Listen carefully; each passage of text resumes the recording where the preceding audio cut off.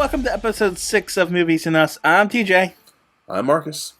And this is the review show that reviews genre movies from the beginning. Sometimes. You saw you're struggling there for a few. Yeah, I got too many podcast lines to go through. That's what happens when you do more than one. Alright, so we're going into Superman 2, which was released in 1980. It is 2 hours and 7 minutes long, which is a whole 13 minutes shorter than the theatrical, the first one, I should say. And it felt like it, too. In a good way. Yeah, it felt shorter. It definitely did. Yeah. It was produced by Pierre Spengler, screenplay by Mario Duzo, David and Leslie Newman, story by Mario Puzo, starring Gene Hackman, Christopher Reeves, Ned Beatty, all the other people. Returning faces. Yes. And it was directed by Richard Lester and Richard Donner, I guess. Yeah. I know we skimmed over it in the first review of the first movie, but in this one there was more controversy behind the scenes than there was in the first, I believe. There was controversy in the first? I didn't even know that. Yeah, because, like I said, the original director, Richard Donner, wanted to film both of them back-to-back and have them together. Oh, Lord right. of the Rings, how Peter Jackson did.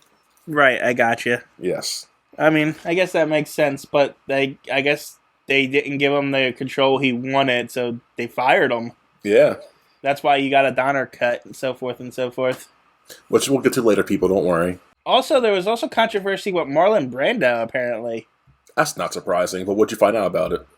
Oh, you didn't know about it? No, but he's Marlon Brando, so he's always controversial behind the scenes. Apparently, he sued them because he didn't get his cut from the first movie. He sued them for $50 million, claiming that he never received his percentage of the film's gross, and then filed a restraining order to prevent the use of his likeness. Oh, that makes so much sense now, beginning of the movie, okay. Well, the restraining order was actually thrown out, and Brando received $15 million from the settlement. It's not too bad. But he had completed scenes for Superman 2, but they excised him from the movie altogether because they didn't want to chance him suing again. Oh, okay. And they also had the idea, since, that scene where later in the fortress with Superman becoming a person, that it made more sense that the mom talked to him about love and stuff than the dad. So there was both creative control and then, of course, money ensuing that took him out of it completely. I wonder why they didn't use him in this movie. Yeah. Did they even use his voice at all in this, I think? No, I don't think so. I think they cut him out completely. That makes so much sense now. And then when they did Superman Returns, a decade ago, Warner Brothers got Brando's estate, rights to his estate or something. So they got his likeness back, which let Richard Donner use him in his cut, because he was supposed to be in the Richard Donner cut anyway. Yeah, there's a lot of crap behind this. Yeah. A lot of good and a lot of bad. Nah, mostly bad. So we're covering the theatrical release in this one, and not the Donner cut, because we're in 1980. We left this roaring 70s behind. Oh, so sad, so sad. And we're actually getting our first full decade of actual superhero movies and not skipping one movie every decade, Yeah, I know the viewers are going to like that. Sorry, I'm yawning this movie. Oh, man. We start out, as usual, in space! Space. And where we go to Krypton. Krypton seems a lot more icy in this version. Did you notice that? I did, yeah. I know, obviously, after you said they did a lot of reshoots and didn't use what's his face, so I guess they filmed this version again for some reason if they're using stock footage. And yeah, it looks cleaner and more icier, for sure. Yeah, I thought it was like, this doesn't even look like Krypton. So, General Zod breaks into a snow globe. Well, first before he breaks into the snow globe, doesn't the big dude, I don't remember their names, the big speechless brute that he has on his team, break in? Non? His name is Non.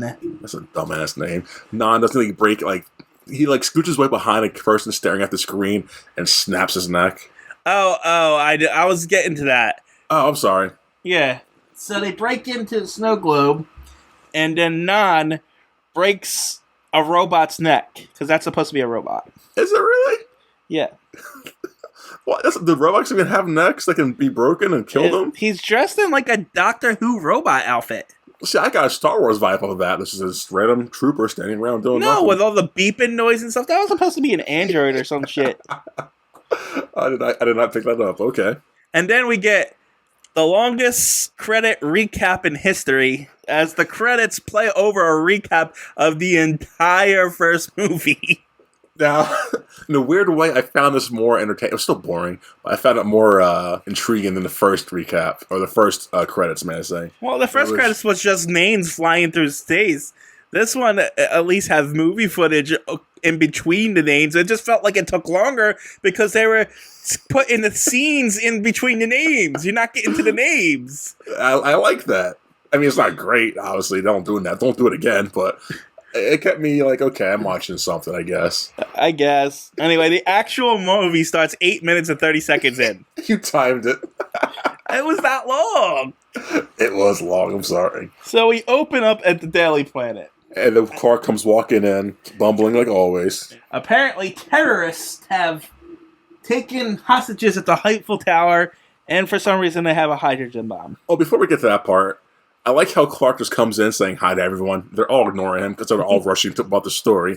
He throws his hat nonchalantly, like a cool guy, onto the hanger. And no one notices. No. Like, he was all proud of himself. Like, oh, no, okay. But yeah, terrorists taking the Eiffel Tower. In Paris. And Jimmy Olsen comes in. They take over Paris, France. And Trey's like, he knows where Paris is. I like that. I did like that. That was because I thought the same thing. How do you not know where it is? It's the Eiffel Tower. Yeah, the banter in this movie and in the last one, honestly, it was like, it's quippy, but not overly quippy, so it was definitely enjoyable. He finds out that Perry White had sent Lois to Paris, because I guess that's what news reporters did in the 80s, is they just send people all over the world. I mean, today, in today's news, if something was happening over in Paris, well, I guess those reporters will handle that. We're not sending anyone over there. Yeah, because now when you think about it, when you say it like that, how fast of a plane did she get from there to Paris? Well, if the news story was just breaking out. Well, it's funny that you bring up speed, because Superman takes forever to get from here to Paris, when last movie he just flew around the world in like 30 seconds in reverse time. Because he flies to Paris, it takes him a good, probably in-world time, I don't know, 15, 20 minutes, probably half hour, 40 minutes for all we know. Well, they cut from him leaping off the flying to Paris and then to the Paris scene. So, I just figured at the time it was like this is happening simultaneously or before he got to Daily Planet, because you can't show both scenes happening at the same time. So of course you're following it. But no, because then they cut back and forth between him flying and getting there. So This is happening simultaneously. Yep. So he's just flying really slow. He is, taking his time. And between that and Lois Lane doing her thing, tricking the cops to get into the Eiffel Tower to get closer, more details. She climbs the Eiffel Tower from the bottom to the top. Right? All right, before we get to that. Okay, I'm sorry. That's fine. Superman, when Clark goes and changes his Superman outfit, his magic suit comes back. It just appears. Again. I just wanted to bring that up. My take on that is that he's so fast, he finds a way to change mid-walk, and it looks like he's flashing magically. That's my take on that. Maybe, but it feels like magic. Oh, it definitely feels like magic. Can't argue that. I also noted Lois arrives at the scene that all the reporters are speaking English and not French. Yes. But all the reporters are speaking English. You're not even trying. Not at all. But she tricks the cop with I'm not understanding French by using, hey, I'm trying to find this word in like a translation dictionary. And then she climbs the Eiffel Tower. Yeah, while she's climbing this in high heels, by the way. And I know Eiffel Tower has like thousands of steps to get from the bottom to the top, but she does this while Superman's flying into her. Right, and she's absolutely insane. She gets on the bottom of an elevator, climbs underneath it. Are you crazy? Insane! All because she wants to get the prize, Pulitzer. I wrote in my notes, Superman is awfully slow today. Yeah, I'm glad you picked that up too. Right. But when he does finally show up, the cops were actually kind of competent in France, because they knew where to get. I missed something. I'm looking at my notes. I'm so sorry. If we go back to the Daily Planet real quick, Okay. Clark Kent's talking to the Joe Jamison of the version of this, whoever his name is. Perry White. That's it, Perry White. Behind Clark Kent, there's a picture of either, I'm pretty sure it's O.J. Simpson or Bill Cosby. Did you not see that? No, I didn't pick up on that. Oh, I do have some background things, but I picked up mostly product placements this time around. Yeah, later on in the movie, right? Yeah. The familiarities between the fight scene with Zod in this and the one in Man in Steel is so prevalent. It is no wonder I know where they got that scene from now. Maybe Zack Snyder was doing homages. Who knows? Who knows? Or he straight up stole it, one or the other, because, my God.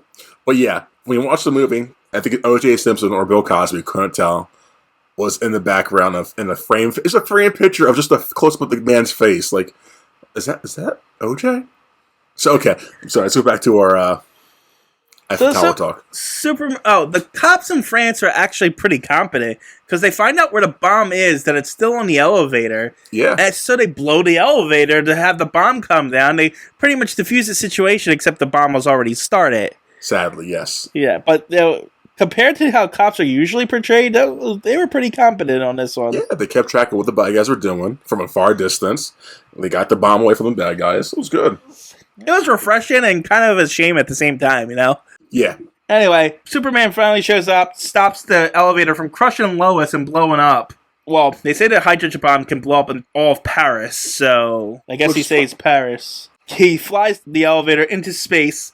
I'm assuming past the moon, because they show him past, like, planets. So I'm assuming it's the moon, because there's a scene that happens on the moon a little bit. Now, one of the bad guys who were defused, they were playing with the bomb, was saying, you better be careful of that diffuser, the button, because if you accidentally activate it, you have 60 seconds to pray and make sure all your deeds are good and all that stuff. So 60 seconds, a minute. It's activated, goes down with Lois Lane.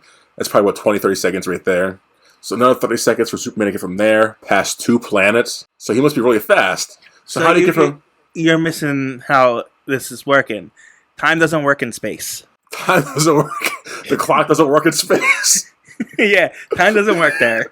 So, my argument is, it took him an hour to get from one place to another place on the planet. How's he going that far in 30 seconds? I told you, he was taking his time getting there. I actually kind of think he wanted Lois to blow up or something. I think so. He's like, I'm tired of her, man. If she gets caught up again, I just let her blow her up. Then as soon as they get into the space, more physics don't work out because he pushes the elevator away from him, and then they just explode Star Wars style. If you know anything about space, there's no oxygen in space. That explosion will never have happened that big. That was a hydrogen explosion. That's different. Is it though? I don't know. Yeah. The bomb blows up, and I forgot to mention during the recap, we get Zod and Nan and Ursa locked back into re-locked into the Phantom Zone.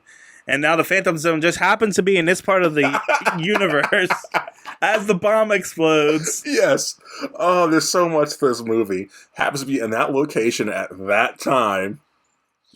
And then the Phantom Zone explodes and releases all 3. One, if the Phantom Zone explodes, you would think it would kill them too. Yeah. And from what I understand about the Phantom Zone, it's like a prison. So there's an inside. And there's not just 3 people in there. There's multiple. Yeah. Because we talked about this last time, didn't we? Yeah. I mean, it might be, the lore might have been different back then. I don't know. Maybe there are only 3 in there. But as far as I know, there's like all kinds of super criminals in there. And if it's a place, or is it just in this? Because this is this version, it just seems like they're trapped in a glass mirror and not because they look pretty cramped on top of each other, just beating onto it. Like that looks really uncomfortable. So hold on. Zod and stuff are released, and then they're all heading towards Earth at this point. But my next note in here, it says either Lois shakes a lot, snakes a lot. I know what I wrote. What you write? Because when they get back down the Earth, they go back to the Daily Planet, and this is where they show Lois's obsession with orange juice all of a sudden. Oh yeah. but she smokes a lot. She's got like a ashtray full of cigarettes. She's up to like 4 packs a day. That's part of the joke, though. As she's saying, I'm trying to be super healthy. They show her putting the cigarettes down, and Clark's like, "Lady, you don't know what's wrong, do you?" Yeah, I know, but she's like out of breath and stuff. I was worried for her. Were you really? Not really. Just a lot of cigarettes, I noted. Yeah, they're very a lot. She hasn't got she's a reporter. She's stressed. Uh-huh. She was almost blown up in the Eiffel Tower. She knew Superman was coming. He always does. Yeah, he. I was questioning in last movie, and I'm questioning even more in this movie. Like, he's not that. His morals are kind of whack, aren't they? Oh, I got some problems towards the end of the movie with his morals. Okay, cool. Because he's like, I don't know, Superman. This isn't cool. Anyway, we're reintroduced to Lex, where he deduces that Superman keeps flying to the north, or Otis finds out that he's flying to the north, and he can track them with alpha waves. Yeah, again, more bullshit for Lex Luthor. Like, haha, eureka moments. Makes no sense. And, well, it's just a introduction to Lex to show you that he's going to be in this movie, essentially. But then he disappears. Well, no, he doesn't disappear, but he doesn't have a big part until the end. We'll get to that later, yeah. But then we go back to the space. We're on the moon with a bunch of astronauts. 3 astronauts, exactly. Well, yeah, 1 for each. Yeah. Coincidence, right? I love it. Where we get a proper introduction to Zod, Ursa, and Nan, where they kill these 3 astronauts. They kill them in 3 different ways to show like what their traits are, essentially, I guess. I like this little sequence on the moon, personally. It wasn't bad. It was just there to show that these guys are all powerful. Yeah. This one, Ursa, her name is? Yeah. She in this movie, she collects like badges for. Oh, she does, doesn't she? Yeah. Yeah, she rips the badge of the United States NASA sign off of the one guy and suffocates him. Before we get any further, I know people are gonna hate me for this. I haven't seen this movie either. So the only way I know these 3 is from the Zack Snyder version, and she doesn't really have character like these people do. In the comics, I mentioned this last issue. Ursa is Zod's wife. Yes. I don't know anything about Nan. I don't even think he's an actual character. So if he is, he's probably just like a big brute like usual then. Hold on. I'll bring up the Wikipedia for Nan real quick. He debuted in Action Comics 847 in January 2007. No way. Yeah, so he's actually a recent addition to the Superman lore. He wasn't a character. I guess he was made for this movie. Well, yeah, we're introduced to the 3 with General Zod, Ursa, and Nan. And she collects badges, so she pulls off the U.S. Yeah, I said that already. Cosmo. I'm just recapping so we get going.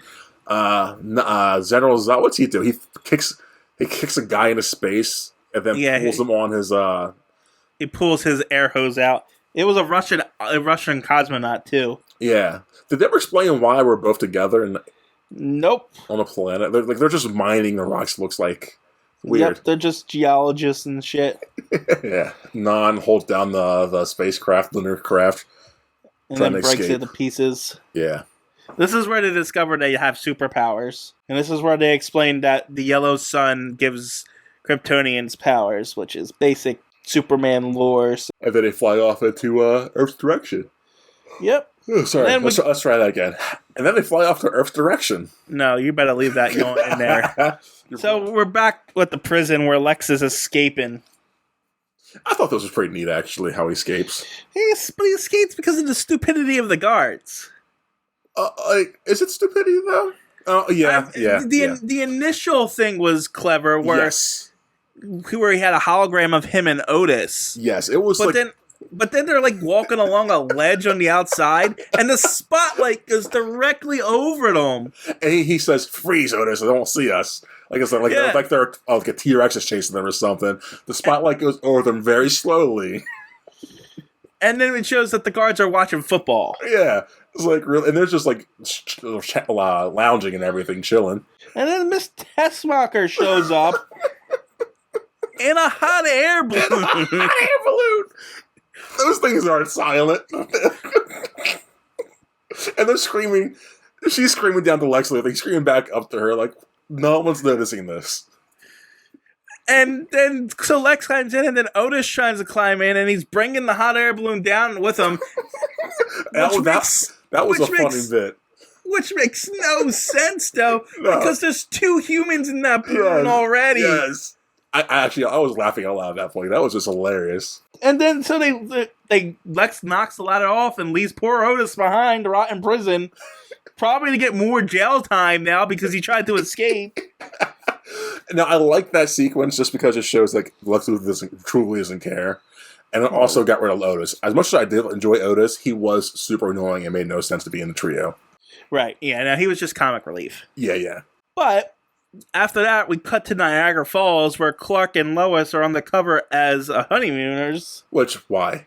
Because they need to break the story of how this place is ripping off young couples on their honeymoon. I'll be honest, I hated this whole sequence, personally.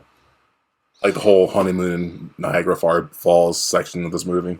Yeah, I mean, nothing really happens in it. But, we just get an introduction and how the place is sleazy. They charge you for, like, everything and stuff. But it wasn't really that sleazy, though, was it? Not to my opinion. Well, it was. They made it appear that way with the bellhop being kind of a dick. He was a dick, for sure, but, like, the room was nice. It was clean. It was a couple's room, so, like, it had everything you expect. It had It felt like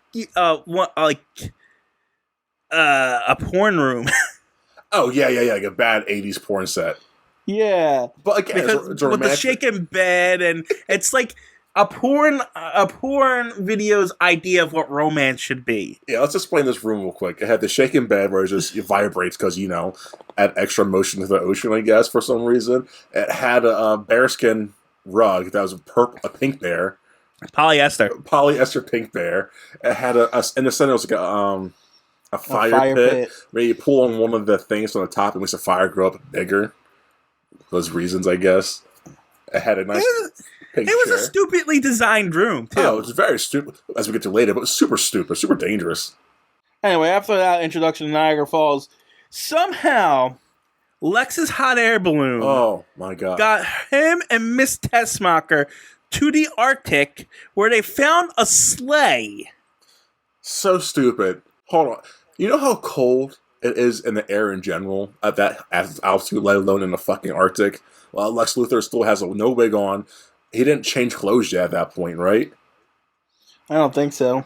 Yeah, so he's just on his prison garb, no wig, nothing. Just like they would have been frozen to death. At least he would have at that point. Back in Niagara Falls, Clark can't see out of his glasses, and so he takes them off. And then Lois gets an idea.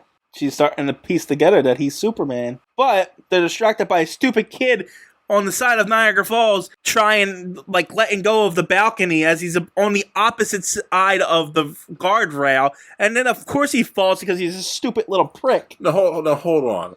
I don't know who's worse than this. The kid doing a dumb kid shit or the mom ignoring the kid. Because the mom's she's looking at a map for some reason, eating food. And the kid's like, "Hey, Mom, look what I'm doing." She's like, still focused on the map. "Yeah, honey, ha ha, blah blah blah." So all right, that's fair. Yeah, that's both. Fair. The whole family's freaking stupid. Oh yeah, they're just the worst kind of people. They're the villains in this movie, not Zod and all of them. These people. Well, anyway, the kid falls, so Clark runs away and becomes Superman, and then Lois gets another clue because Clark and Superman are never in the same place. She's putting her journalist mind together, putting 2 and 2 and 2 together.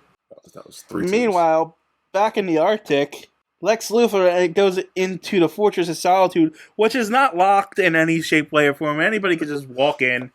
Yeah, you think at some point some person would have realized there's a big ice sculpture out here. Even in the comics, Superman's got a giant door with a giant key that only he can lift. Yes. So Lex is in the fortress, and he puts a crystal. Well, Miss Tessmacher puts a crystal in one of Superman's crystal computers things. Wait, hold on. Going back to the Fortress of Solitude, none of them are in awe about this. She's making quips about, more ice, how cute. And he's like, I knew it. Like, no one's like, wow, this is amazing. Because it's a beautiful thing to look at in a movie. It is. And another thing about Miss Tessmacher in that scene, she always repeats Lex's last word, and it was starting to get annoying. Yeah, you noticed that too? Yeah, he would finish the sentence, and X would say something, and she would say something. Like, she's not paying attention. She's like, okay, I'm waiting for this guy to end talking. Okay, that. She was at least kind of competent in the first one. She just came off as comic relief in this one. Yeah. I mean, I guess because they got rid of Otis, they made her more aloof, I guess. I guess. But anyway, so they put one of the crystals in, and the Kryptonian teacher on the thing is teaching,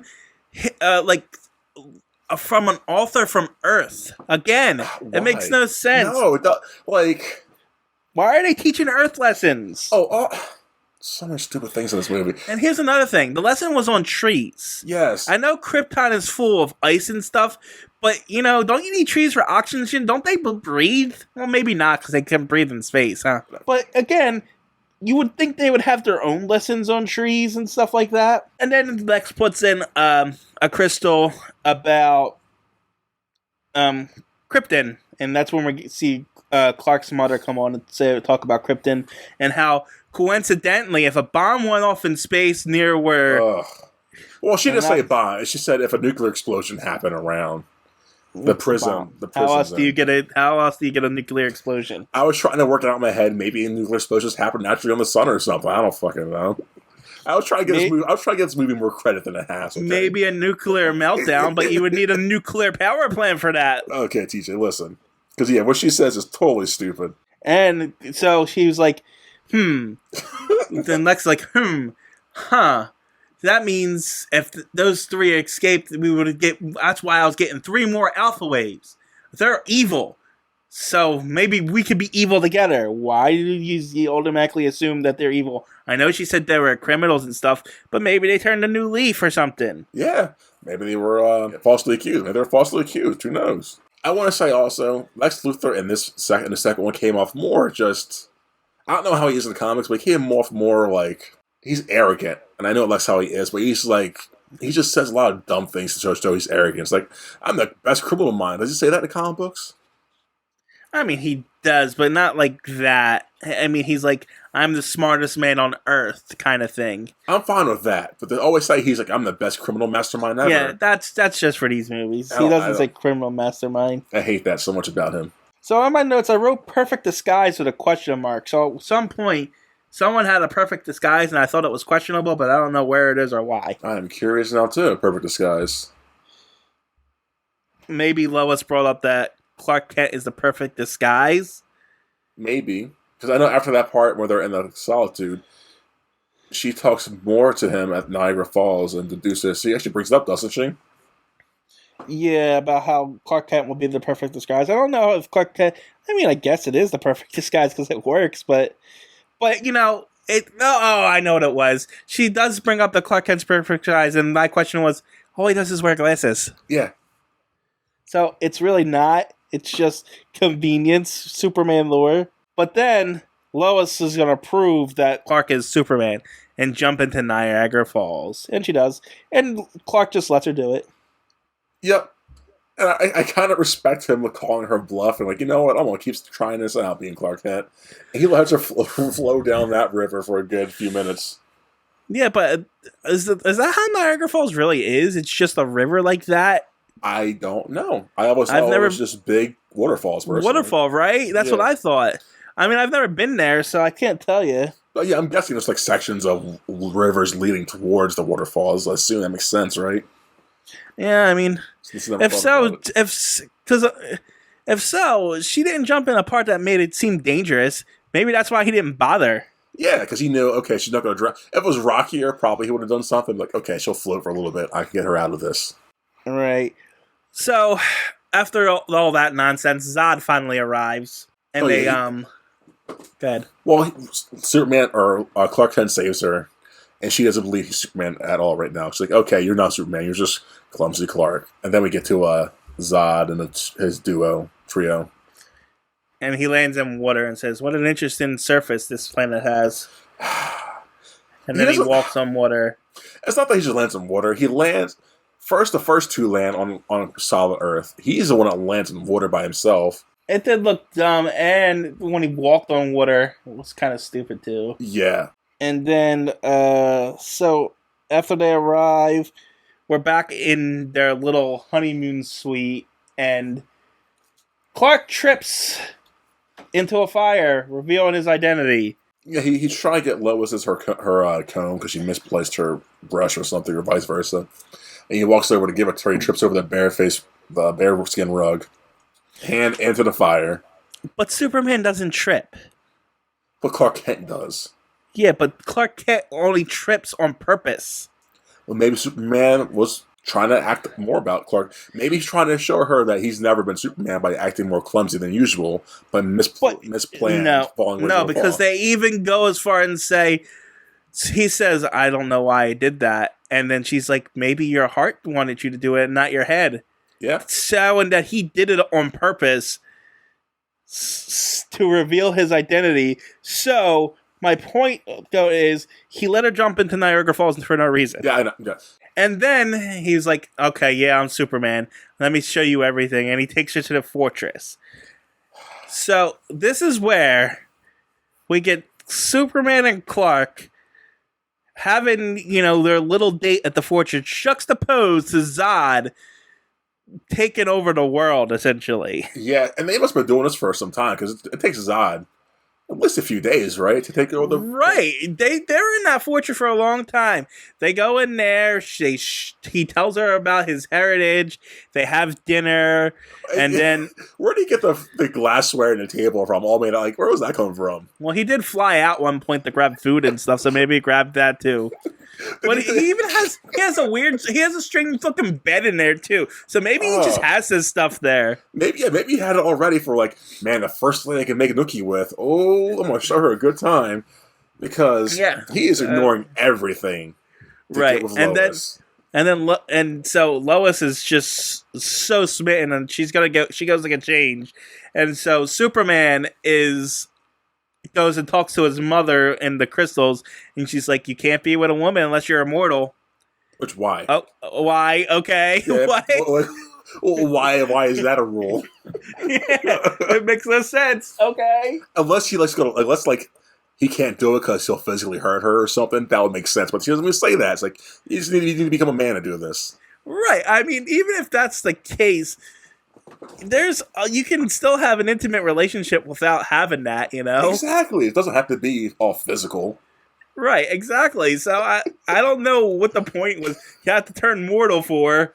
I guess, as I said out loud, you have to become a man to have her. It's like a rite of passage for him, probably. So maybe in his mind he's still a kid, maybe? I don't know. No, that was just stupid. You don't lose all your superpowers to become a man. Oh, it's so stupid. So he goes into this little pod thing, which I guess shoots him with radiation, and then we have this gruesome mortality transformation where his skin melts off and shit. It shows layers of his muscle skin melting, his skeletal figure. Like, why are you watching this? And what's even stranger is after it's done, it explodes. The crystals explode. Like, why? Yeah. Is he not allowed to have all the information you guys gave him now because he decided he wants to have a girlfriend? I thought, he chose to be a man. He's still Clark Kent. He's still your son. Yeah. Wow. Sorry. It's a weird process. And after he walks out of this pod, his magic suit disappears, which made me prove that it was magic because it just vanishes.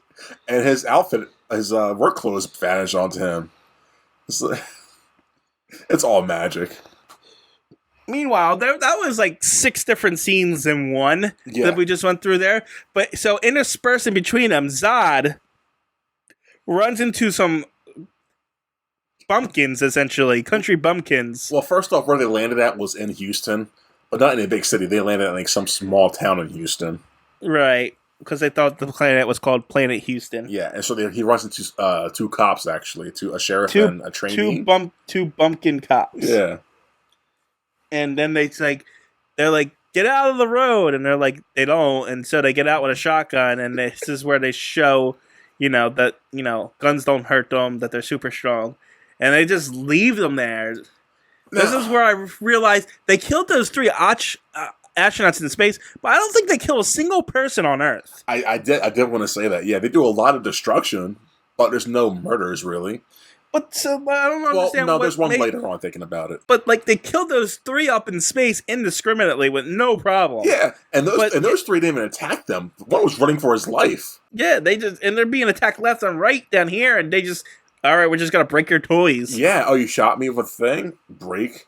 And the way he like takes the gun away, like he lasers it with his eyes and gets it heated up, which is okay.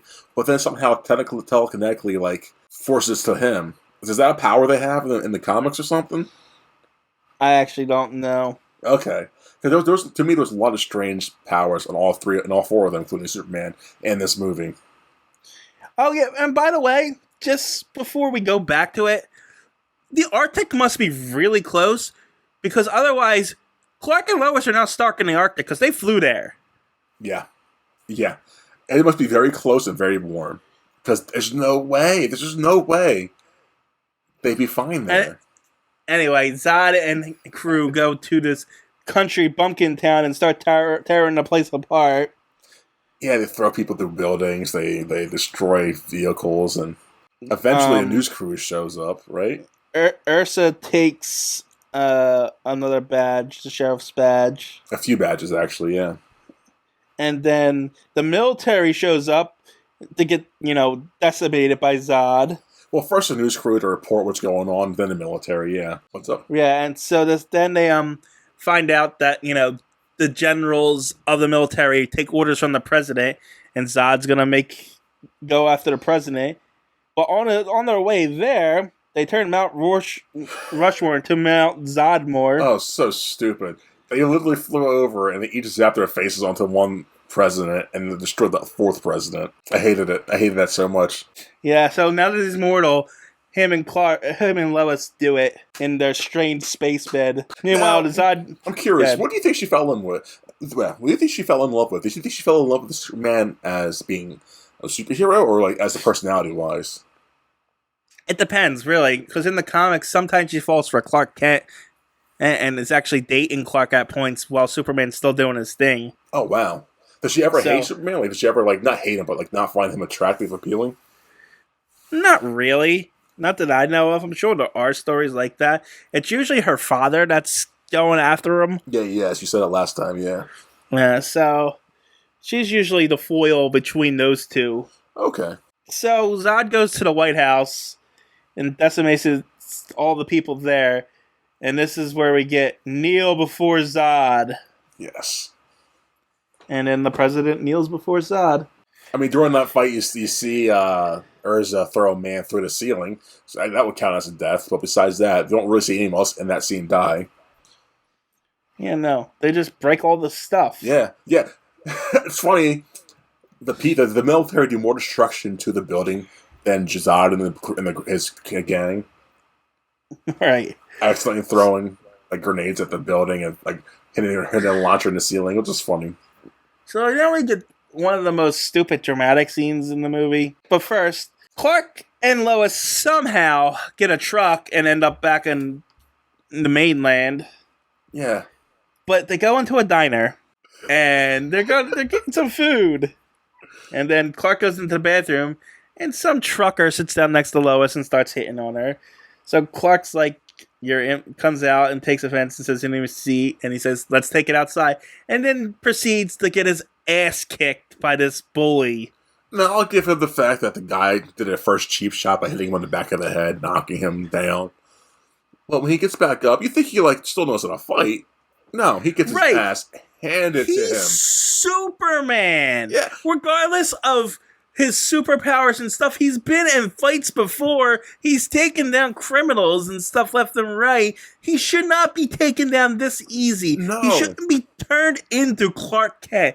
He's still one person. He's not either Clark Kent or Superman. Yes, like he got bloody, his hair got... He's still 6'4", I think, muscular. This guy is like in his 50s, 60s, scrawny, a smoker. Like... There's such a big fucking difference between the two. There's no way Clark Kent should have got his ass kicked that easily. No, it makes no sense. Not at all. And he's all bloody and stuff, and so he's like... He's surprised to see his own blood. Like, hello, it's my blood, my blood. And then the diner owners turn on the TV, and Zod's presence see essentially the world to Zod on behalf of the rest of the world. I guess because and everyone's like writing. They all. Yeah, everyone in the diner Ray knows about this because obviously they're paying attention to this. They're all like, "Yeah, okay, whatever, we're accepting this." Clark Kent's like, "What? What's going on?" And he's like, "Where you been, man? Under the rock?" Like, well, I guess so. And so we're back at the White House, and then Lex Luthor meets Zod, and Lex wants Australia. Yeah, he still after. Was it Australia? Yeah, he wants Australia. He wants land. Yeah, he's still after that dumb land plot. Okay, so I remember him mentioning California. I guess I didn't hear the Australia section. No, he wants the entire country of Australia. If you wanted as a reward. Yeah, if he wanted it for some other reasons besides land, I'm cool with it. But like, he's still on that dumb idea. But yeah, and Zod says kill Lex Luthor like 7 times throughout this movie, and never happens. Yeah, no, they don't rush to him. They still wait for him to say his lines, I guess. It's dumb. So Lex leads Zod to the Daily Planet as Clark goes back to the fortress to, I guess, find the one green crystal that still houses magic powers. Yeah. I guess. I don't know. They don't explain it. I honestly thought when you first saw it, like, oh, Kryptonite's could use it against other guys probably. No, it just had his powers or something. So Lex explains at the Daily Planet that Lois is, his favorite human. So if you take care, everything will be fine. And he also explains that Superman is Jor-El's son, Kal-El. So, and I thought that'd be a bigger reaction from Zod, honestly, because he was really angry at it. I mean, he does say, we will get our revenge. Yeah, but like, that, again, God, Zack Snyder remake, that was Zod's biggest thing, was like, revenge, kill. Well, I mean, the actor's kind of playing this guy subdued, so... Yeah. I like what's his name, Shannon? Michael Shannon. I like Michael Shannon's Zod a lot, personally. A lot more than this one. I don't think this one's bad. I think he's just not bad. Reserved. Yeah. More like ruler type kind of guy. Yeah. He's leaving the rage to the rage monster, essentially. That's fair, yeah, because the other one was more like the conqueror. This one, yeah, it's ruler. That's fair. So, after everything's getting desperate and Zod's pretty much taking over everything, Superman finally returns. Superman! And then we get a long fight scene. A long, stupid fight. It's not stupid, it's just a lot of stupid shit happened as the fight scene. Well, yeah, so Superman flies around, gets chased by Nan and Ursa as they fight. Then he pins Nan down with a radio tower, which does nothing. Which should be expected. Right, it's like, and they say they caged Nan. And I was like, no, they didn't. Yeah, no, it's going to fall. That thing's going to fall off so quickly and easily, as it does. Uh-huh. And then, so the Nan attacks Superman from the sky, and they go underneath the earth, and they have a whole fight scene underneath in the sewers that we don't see. And this is honestly this section where I was watching this on a DVD, and my movie crapped out on me, and I was really bummed. Spent like 15 minutes trying to fix it, and didn't work. So I found my second copy. It was the Donner cut. So I popped that bad boy in, and apparently it was totally different. Yeah, so we have different experiences from here on out. Yes. But anyway, Superman versus Nan underground. See, it sounded like it was epic. It would have been nice to see. It would have been great to see. I mean, from what I saw, I did like that they were doing that. Like, okay, smoke comes up from a manhole, another manhole, ground shaking. Like, okay, that's pretty cool. Right. But, I don't know, it felt like cheap, Yeah, yes. But anyway, Zod blows up cars, the off-screen battle house. Ursa always announces her when she's going to attack Superman. When he's got his back turned, she attacks him from behind and says, Superman, gets him to turn around and then hits him. Yeah. Every time. Why? Just why? Then Zod throws Superman through a Marlboro ad placement. Yep. And then throws a truck on him, I think? Or no? No, but... So, Zod throws Superman through a Marlboro truck. And then Superman retaliates by throwing him into a Coca-Cola billboard. And at this point, I write, why are these 3 superhumans not attacking together to take down this one guy? Yeah, they do the one at a time fight rules, I guess. Yeah. like they're playing by Batman 66 rules. Yes. Anyway, Ursa and Nan pick up a bus and throw it at Superman, and everybody thinks they killed Superman. Have you not watched this movie? I groaned so hard when I heard them say, "They just killed Superman. Let's get him ourselves, guys." And then the whole mob tries to go at it. And in the version I watched, they were throwing rocks and stuff at him. They came at them, and I wrote "mobs suck in all forms." Yes, they do. But literally, they thought that killed Superman, not falling from the sky or going through buildings or what have you. And this mob is so ineffective that Zod and Ursa just blow with their lips and create like a windstorm to blow everybody away. Yep. And then we get the third product placement notice thing. A KFC worker walks out of KFC with someone's change and then gets blown away. No, I didn't see that one. That's funny. You missed that one? Yeah. No, it was a KFC. Some guy walks out of KFC, gets blown away. A KFC employee walks out of the KFC, you forgot your change, and then gets blown away. That's hilarious. That is so good. Why is everyone in this build? Like, why is everyone standing here watching the whole fight happen? I don't know, but this whole blow scene where they're blowing thing, at least in my version, goes on for a long time. Like, their cars get blown over. There's a point where you get this guy dressed in a suit with an umbrella get blown away. I think it was a cameo for Singing in the Rain. It was long in my version too, but I didn't have that. Yeah, it was really brief that I noticed it. He was just he was dressed like that guy in Singing in the Rain with the umbrella. That's and the umbrella gets blown back and stuff. And then there was a guy on roller skates that got blown back. Yeah, I got that guy, yeah. But then, of course, Superman comes out, and he's not dead. Shocker. But he does run away. Yeah, he stands on top of the bus, looks at everyone get blown away. It's just, I'm out. Deuces. And now everyone's like, Superman ran away. He didn't even do anything. Yeah. He just fought those three guys by himself, thank you very much. Right? It just flies away. Anyway, so in my version, by the way, I know that apparently Lex Luthor was watching the whole fight. Like he's in the Daily Planet. Yeah, and keeps cutting back to him just being snarky and doing snarky remarks. Oh yeah, no, they didn't cut back and forth between him and my version. Super annoying. Super annoying. In my version, after the fight's over, Zod goes back up to the Daily Planet. Yes. And they take Lois and they're about to kill Lex again. And Lex is like, you can't kill me, I'm Lex Luthor. And I have Superman's address. Yes. So he tricks them, I guess, if you want to call it tricking, but persuades them to go take him to So Zod and crew, Lois Lane, and Lex Luthor go north to the Arctic again. Oh.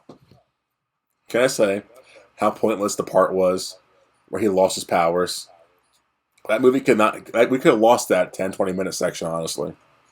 Yeah, there was no reason for it. It was just a reason to get him off screen so Zod could take over. So pointless. I forgot to say that earlier. It was just truly a waste of fucking time. So I'm sorry. They're going back north. And they show up in the Fortress of Solitude. And the most ridiculous thing happens. What's the first thing? Superman comes out of a cubbyhole and has an S in his hand, throws it at Nan, and it expands into like this elastic, I want to say net, but it wasn't a net. It was like a plastic sheet, and wraps him up in it, and then it just vanishes. You know how sad I am? I did not get to see that. 'Cause I've been waiting years to see that scene, and it was not. Oh, you didn't? No, it was not in this version. I'm really upset. You just mentioned that. Yeah, no. They show up. He has this like his S symbol in his hand. It's like in his hand. He throws it at Nan. It expands, covers him like a net, like a plastic blanket, drops him to the ground, and then it just vanishes. And that's it? He doesn't attack him or something like that? Why is this disabled? No, because he gets right back up afterwards. What's the point of that? I don't know. And then they all start disappearing. Did you get that in this fight? Disappearing? Honestly, in this version, there was no fight. They land in the... Well, you do your version first. How about that?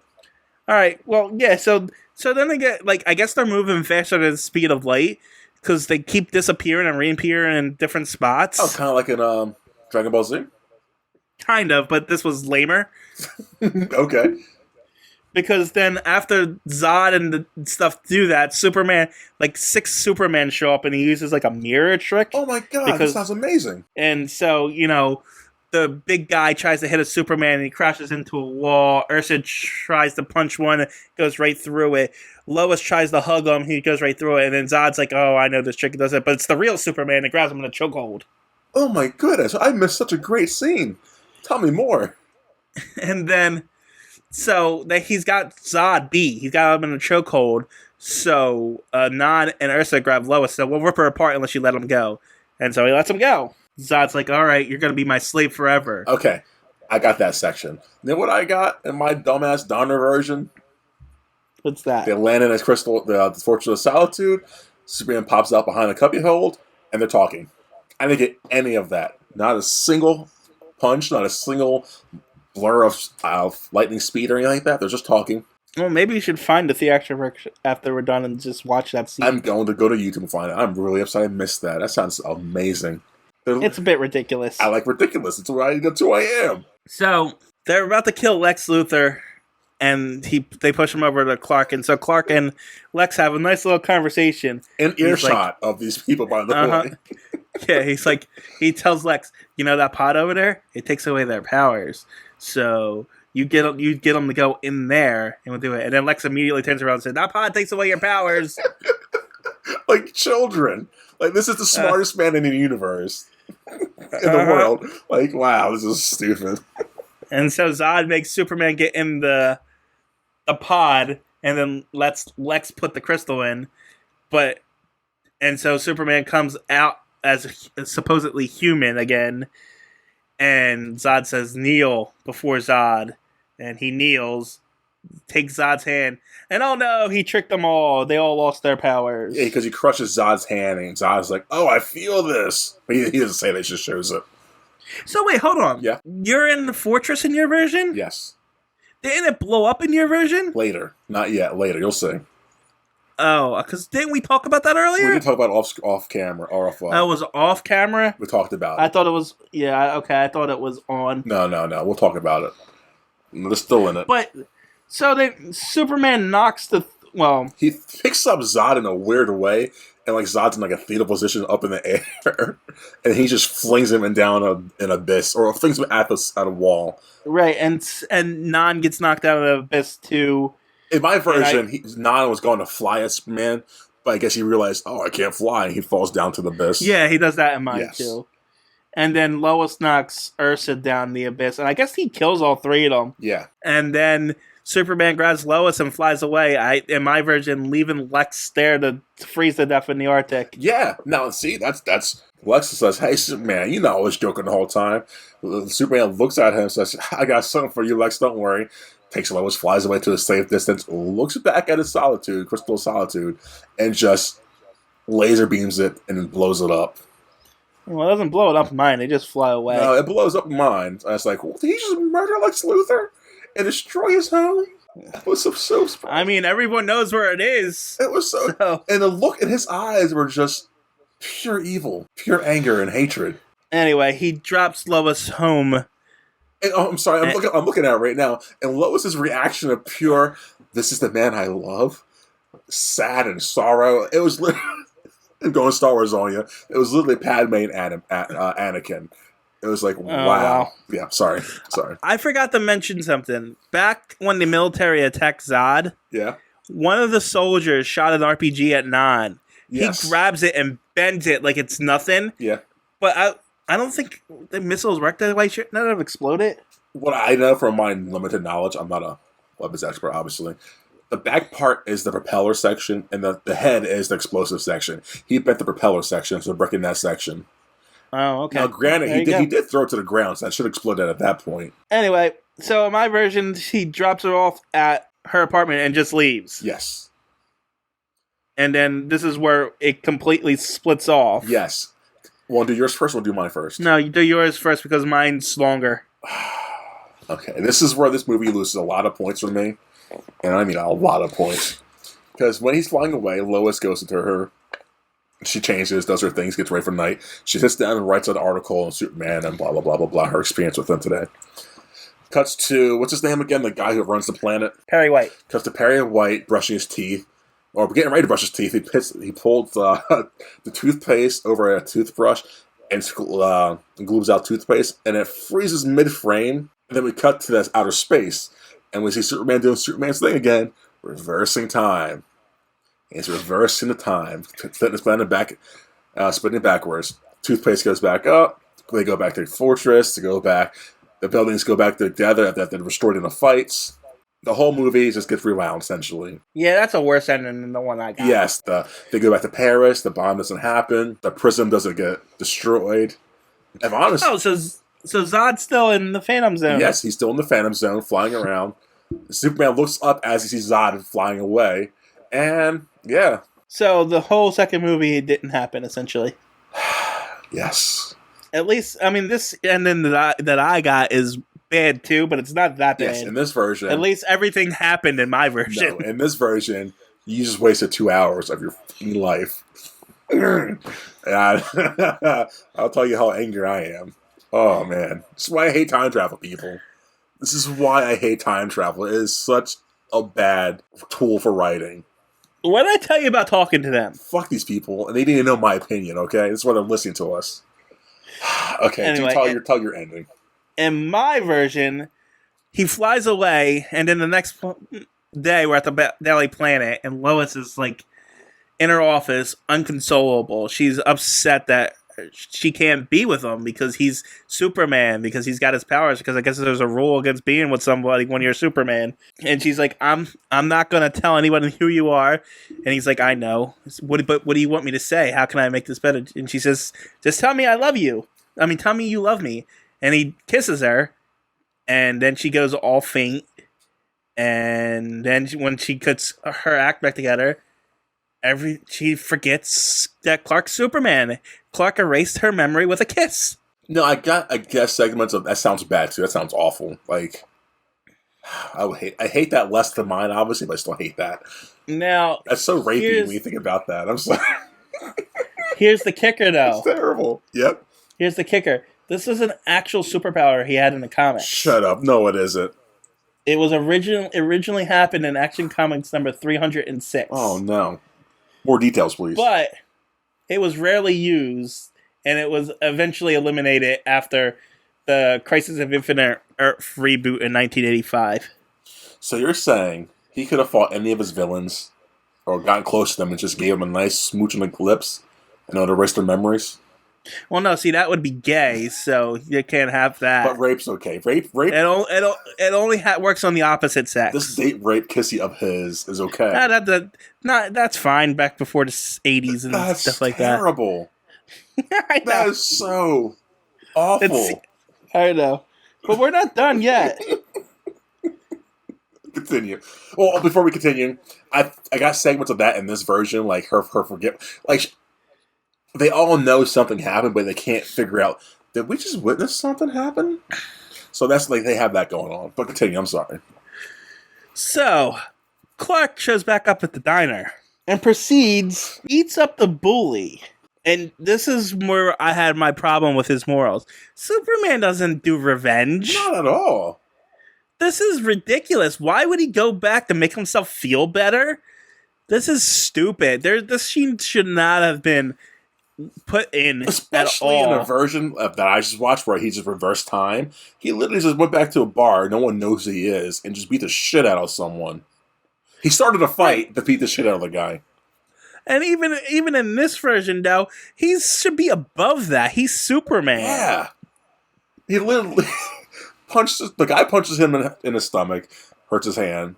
But he beats him up, throws him onto the diner table, and then pushes him into a pinball machine. Bully revenge is not Superman. That was my note. It's Batman, probably at most, but not Superman. No, because Batman would have never been bullied. Bruce Wayne would have kicked the shit out of that guy. You know what? Touche. Yeah, this is so out of character for him. Well, we're not done yet. Well, apparently so is a date rape fucking kiss, so you know. I mean, if they don't remember, it doesn't happen, right? That's awful. This is what this movie's telling me. Is that the message of the movie? If they don't remember, it never happened. I mean, even in your version, when they reverse time, that's the message of the movie. Oh, I hate it. Anyway, we're still not done with my version. The last scene is Clark, or Superman, flying the roof with the American flag back to the White House and placing it back on, saying, "I'm sorry I was late, Mr. President. I won't let you down again." And then he flies off into space. The end. Oh, sorry, Mr. President, but Nookie calls first. Here's your flag back, flies away. At least in my version, everything happened. I would rather, as bad as your ending sounds, at least it all counted. Mine, Yeah. nothing counted. It literally goes back to like beginning of the movie. You're like, hey, I'm entering the Daily Planet. I think you should go back and find the theatrical release and watch this ending, because Superman 3 and 4 do follow this ending. I'm going to watch it for that for sure. But man, time travel. That's not a good concept at all. I hate it. No, I hate it so much. It's shit. Yeah. Man. So are we rating this movie? We rate them all, don't we? Yeah. I'm actually going to give it the same rating I gave the first one and gave it a 7. You gave this movie a 7? Yeah. Wow. I gave the complete opposite of this movie. So why'd you give it a 7? Because it's just as good as the first one, at least in with the ending that I got. Fair. Because If I would have got your ending, it would have been like a 5. Oh, wow. You're so generous. Maybe because I was grumpy today, honestly, before recording this. I was like... Yeah, I was grumpy today, too. You too? Okay, thank God it wasn't just me. Yeah, I don't know what it was. I was just in a bad mood. And I was out and about today dealing with people. Like, not dealing with people, but like just people were outside. It's like, man, just screw everything. I don't want to be in doing this. Yeah, I mean, I complain about this movie a lot. So, like, But objectively, it's still a good movie. It is good, but I was comparing it to the first one too much on how much charm the first one had going into it and still watching it. The charm's level is still there with Christopher Reeves and all that. But I guess because my grumpiness and the way this movie ended, I was pissed. I was like, nothing happens. So I just wasted 2 hours of my life. And I'm grumpy today, so I gave this a 3 out of 10, honestly. I think that's being a little harsh. I don't think so. Nothing counted in the movie. It just went back to him entering the Daily Planet. Well, I wasted my time, man. That's fair for the Donner cut, but I'm just saying. I was going to give it a 4, but I was just too pissed at that. How about this? Since that was a Donner cut ending and not the rich, that your ending sounded so much better. It sounded so much better. I would have given it a 6 probably, honestly. Well, how about this? Yeah? You give it an actual rating in the next review in the beginning of the episode. I'll do that. For right now, it stands at a 3. Because, man, that's fine. No, it's just not good. But I'm just saying, we haven't given anything lower than a 5. I know. And I think this is better than Captain America. I don't think so. Because this movie had its definitely faults. It was definitely better than Superman and the Mole Man. No. Because this one... I'm going to give this a 4. Because overall, this had too much leaps of logic for me. The whole... Like, the amount of times they went to this Fortress of Solitude... And you not gave Batman 66 a 5, and that had no logic. But you knew that going. Like, that was just a cheese factor fun movie. This is like... There were scenes that could have been cut. There were same thing with the first one. Yeah, but like the plot... Okay, there was a plot of lose your powers to have Nookie and then to get the powers back. That could have been cut. There's just a lot of things that could have been just on the floor. I will remind you of Lois Lane's bad poetry in the first one. Ooh, that was bad. And the super long fly scenes. And the time travel reversal. As bad as... See, that's why I'm giving this a 4. As bad as those scenes were in that movie still feel good. This one was more, not a chore, but still felt like, okay, can we get this done? Yeah, I think you're going to have to give it another watch. Probably, because that ending just left such a sour taste in my mouth. Yeah, I think you're going to have to go back into it fresh and go right back and redo it, because I don't think it's as bad as you're making it out to be. Yeah, you watch a 2-hour movie and have it all mean nothing, TJ. Well, I did that last week. Yeah, so 2 weeks in a row for me, I'm kind of like, okay, to do this again? Yeah, but that wasn't the version you were supposed to watch. Man, fuck this movie. I'm giving it a 4. For right now, it has a 4. Oh, whatever. Well, you can say fuck this movie and fuck these people. Yeah, assholes suck an egg.